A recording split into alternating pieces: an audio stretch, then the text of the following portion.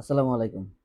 দেশ এবং দেশের বাইরে থেকে প্রবাসী এবং প্রবাসগামী ভাই এবং বন্ধুরা, বোনেরা যারা এই মুহূর্তে ভিডিওটা দেখছেন, সবাইকে হাইফা কর্পোরেশন এবং ইউটিউব চ্যানেল নাম হাইফা ভিসা সার্ভিস থেকে শুভেচ্ছা এবং স্বাগতম। আজ আসছি গুরুত্বপূর্ণ 7টা কমেন্টে রিপ্লাই দিতে। গুরুত্বপূর্ণ যে 7টা কমেন্টস আছে, যারা প্রবাসগামী, যারা বিভিন্ন জটিলতায় ভুগতেছেন এবং তাদের কাজ হচ্ছে না, বিভিন্ন প্রবলেম আছেন, সেই কমেন্টসগুলো রিপ্লাই দেওয়ার জন্য আসছি। ঠিক আছে? প্রথমে আমি কমেন্টস পড়তেছি। ভাইয়া, মেডিকেল কন্ট্যাক্ট করে কি কোম্পানি ভিসায় যেতে পারবো সৌদি আরব? দ্বিতীয় নাম্বার, অফলাইনে কিভাবে মেন পাওয়ার হয় এই নিয়ে একটা ভিডিও বানান প্লিজ প্লিজ। এরপর আরেক ভাই লিখছে, ভাই আমার ভিসার লোড আনলোড আমারটা কি মেন পাওয়ার হবে? না, মেন পাওয়ার করার জন্য 10 দিন হয়েছে, এজেন্সি আমার জমা দিচ্ছে, এখন পর্যন্ত হয়নি, অফলাইনে জমা দিছে। আরেক ভাই লিখছে, ভাই একজন বলল হাউস ড্রাইভার ভিসায় সৌদি যেতে মেন পাওয়ার লাগে না, এটা কি সঠিক? উত্তর দিবেন প্লিজ ভাই। আরেক ভাই লিখছে, অনলাইন কি মেন পাওয়ার হয়? আমাকে কেউ জানাবেন প্লিজ। আমি অনলাইন চেক দিয়ে এখনো পাই না, আমার মেন পাওয়ার এজেন্সিতে বলে আমার মেন পাওয়ারটা কি হয়ে গেছে। আরেক ভাই লিখছে, ভাইয়া মেডিকেল কন্ট্যাক্ট করে কি কোম্পানি ভিসায় যেতে পারবো সৌদি আরব? মেডিকেলের মেয়াদ 3 মাস থাকে। কেউ যদি ভিসা ও মেন পাওয়ার হওয়ার পরও এই 3 মাসের মধ্যে না যায়, তাহলে কি কোনো সমস্যা হবে? যদি আরো কিছুদিন পর যায়, কারো জানা থাকলে প্লিজ জানাবেন। আরেক ভাই লিখছে, প্রবাসীদের ভর্তি হয়রানির নাম হইল বিএমইটি কার্ড, এটা বাইরে কোনো কাজে লাগে না এবং বাংলাদেশেও কাজে লাগে না। এখন এই যে যে মূল্যবান যে 7টা কমেন্টস, এই 7টা কমেন্টসের রিপ্লাই দেওয়ার জন্য আসছি। হয়তো অনেকের অনেক কিছু জানার আছে। ঠিক আছে?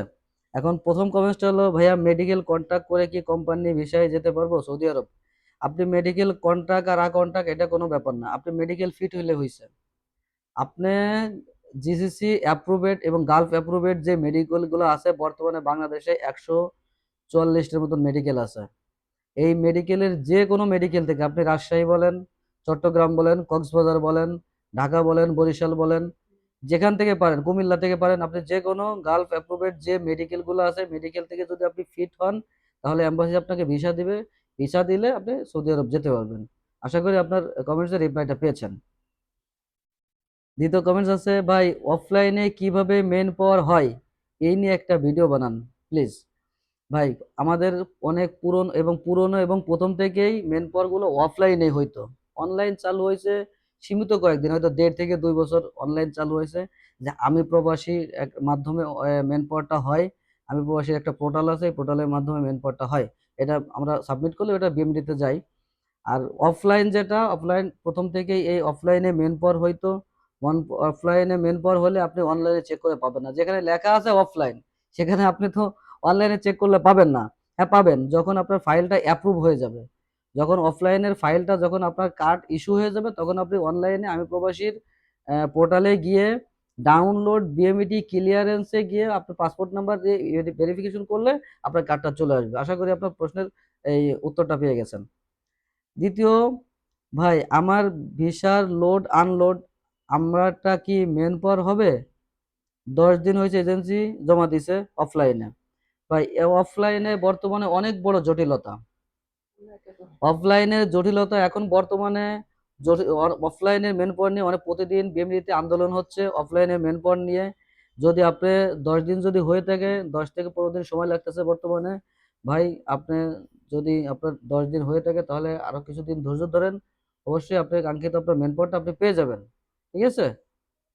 তৃতীয় আপনার কমেন্টসটা আছে, ভাই একজন বলল হাউস ড্রাইভিং ভিসায় সৌদি আরব যেতে মেন পাওয়ার লাগে না, এটা কি সঠিক? উত্তর দিবেন প্লিজ প্লিজ প্লিজ। ভাই, হাউস ড্রাইভার কেন, আপনার ওয়ার্ক পারমিট ভিসায় কর্মসংস্থানের জন্য আপনি যে কোনো দেশে যাবেন। ওয়ার্ক পারমিট ভিসায় কর্মসংস্থানের জন্য যে দেশে যাবেন, সেই দেশের জন্য আপনার মেন পাওয়ার লাগবে। মেন পাওয়ার ছাড়া আপনি বাংলাদেশ থেকে যেতে পারবেন না। আর আপনি মেন পাওয়ার ছাড়া গেলে আপনার নামে বাংলাদেশের বিএমডিতে কোনো কিছু এন্ট্রি থাকবে না, আপনি অবৈধভাবে যাচ্ছেন এবং এটা কোনোভাবে সম্ভব না এবং যাওয়ার চেষ্টা করবেন না এবং যাবেন না। আপনার কাছে অনুরোধ ভাই। পরের কমেন্টসটা আছে, অফলাইন কি ম্যান পাওয়ার হয়? আমাকে কেউ জানাবেন প্লিজ। আমি অনলাইনে চেক দিয়ে এখনো পাই না, আমার ম্যান পাওয়ার এজেন্সিতে বলে আমার ম্যান পাওয়ার কি হয়ে গেছে। আচ্ছা, এটা এই কমেন্টসটার রিপ্লাইটা আমি এ, কিছুক্ষণ আগে দিয়ে গেছি। তারপরে বলি যে ভাই, অফলাইনে ম্যান পাওয়ার হয়। হ্যাঁ, ম্যান পাওয়ার হয়, এটা কোনো সমস্যা নেই। এজেন্সি যদি বলে বলে থাকে আপনাকে যে অফলাইনে জমা করছে, তাহলে জমা করছে, হ্যাঁ ঠিক আছে, তাহলে 10 থেকে 15 দিন অপেক্ষা করে ইনশাল্লাহ আপনি ম্যান পাওয়ার পেয়ে যাবেন। এরপর কমেন্টটা আছে যে ভাইয়া, মেডিকেল কন্ট্যাক্ট করে কি কোম্পানির বিষয়ে যেতে পারবো সৌদি আরব? এটা রিপ্লাই আমি দিয়ে গেছি। মেডিকেলের মেয়াদ 3 মাস থাকে। কেউ যদি ভিসা ও মেন পাওয়ার হওয়ার পরও এই 3 মাসের মধ্যে না যায় তাহলে কি কোনো সমস্যা হবে? যদি আরো কিছুদিন পরে যায়, আরো জানা থাকলে প্লিজ জানাবেন। ভাই, আপনার মেডিকেলের মেয়াদ থাকে 2 মাস। সাধারণত আপনি মেডিকেল করলে মেডিকেলের অনলাইনে ওইখানে এক্সামিনেশন ডেট থাকে, এখান থেকে 2 মাস, আহ, 2 মাস কাউন্ট করা হয়।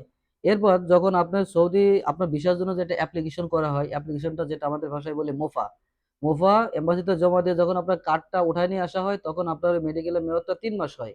এবার এই 3 মাসের ভিতর আপনার ভিসা স্টাম্পিং করতে হবে, না হলে আপনার মেডিকেল এক্সপায়ার হয়ে যাবে। এবার ভিসা স্টাম্পিং করার পরে যদি আপনি আরো 3 মাস পরেও যান, মানে ভিসার মেয়াদ থেকে 3 মাস, ভিসা এক্সপায়ার 2 দিন আগে গেলেও সমস্যা নাই। ভিসা একবার স্টাম্পিং হওয়ার পরে মেডিকেল কোনো ফ্যাক্ট না, ঠিক আছে, মেডিকেলের কাজ শেষ ভিসা স্টাম্পিং হওয়া পর্যন্ত। আশা করি আপনার কমেন্টসের রিপ্লাইটা পেয়ে গেছেন। আরেক ভাই লিখছে, প্রবাসীদের ভর্তি হয়রানির নাম হলো বিএমইটি কার্ড, এটা বাইরে কোনো কাজে লাগে না এবং বাংলাদেশেও কাজে লাগে না। ভাই, এটা আপনার সম্পূর্ণ একটা ভ্রান্ত ধারণা, ভুল ধারণা। বিএমইটি ছাড়া বাংলাদেশ থেকে কর্মসংস্থানের জন্য কেউ যেতে পারবে না বাংলাদেশ থেকে, আপনি যে কোনো দেশে যান। বিএমইটি আপনার অত্যন্ত গুরুত্বপূর্ণ, এবং আপনি কোন দেশে যাচ্ছেন, কি বিষয়ে যাচ্ছেন, কি কাজে যাচ্ছেন, এটা বিএমইটি আপনাকে এটা যাচাই বাছাই করে আপনাকে তারপর ক্লিয়ারেন্স দিবে। এবং বাংলাদেশ এয়ারপোর্টে আপনার কর্মসংস্থানের জন্য কোনো দেশে গেলে বাংলাদেশ এয়ারপোর্টে এটা অবশ্যই প্রয়োজন আছে। বিএমইটি ক্লিয়ারেন্স কার্ড আপনার অবশ্যই অবশ্যই, আপনি কর্মসংস্থানের জন্য যে কোনো দেশে যাবেন, বিএমইটি ক্লিয়ারেন্স আপনার অবশ্যই প্রয়োজন আছে। এটা আপনার ভুল ধারণা, ঠিক আছে, এটা করবেন না কখনো, এবং কাউকে করার জন্য উৎসাহিত করবেন না, ঠিক আছে। এখন বড় প্রবলেম মেন পাওয়ারের যে জটিলতাটা ছিল, এটা ক্রমে দিন দিন আস্তে আস্তে এটা সমাধান হচ্ছে। কিন্তু যাদের অফলাইনে ফাইল আছে তাদের একটু সময় লাগতেছে, যাদের অনলাইনে ফাইল দেওয়া আছে তাদের 5 থেকে 7 কর্মদিবস লাগতেছে। 2 থেকে 2, 3, 4, 5, 7, যাদের যে টাইমটা লাগে এরকম কর্মদিবস লাগতেছে। অবশ্যই যারা প্রবাসগামী, যারা যাচ্ছেন, যারা অপেক্ষা করতেছেন, যাদের ভিসা এক্সপায়ার হয়ে যেতেছে, তারা একটু অপেক্ষা করেন, অবশ্যই হয়তো আপনাদের মেন পাওয়ার কার্ড পেয়ে যাবেন। ঠিক আছে, আজকে এই পর্যন্ত। ভিডিও ভালো লাগলে লাইক কমেন্ট করবেন, শেয়ার করবেন, সাবস্ক্রাইব করে রাখবেন, বেল আইকনটা বাজায় রাখবেন।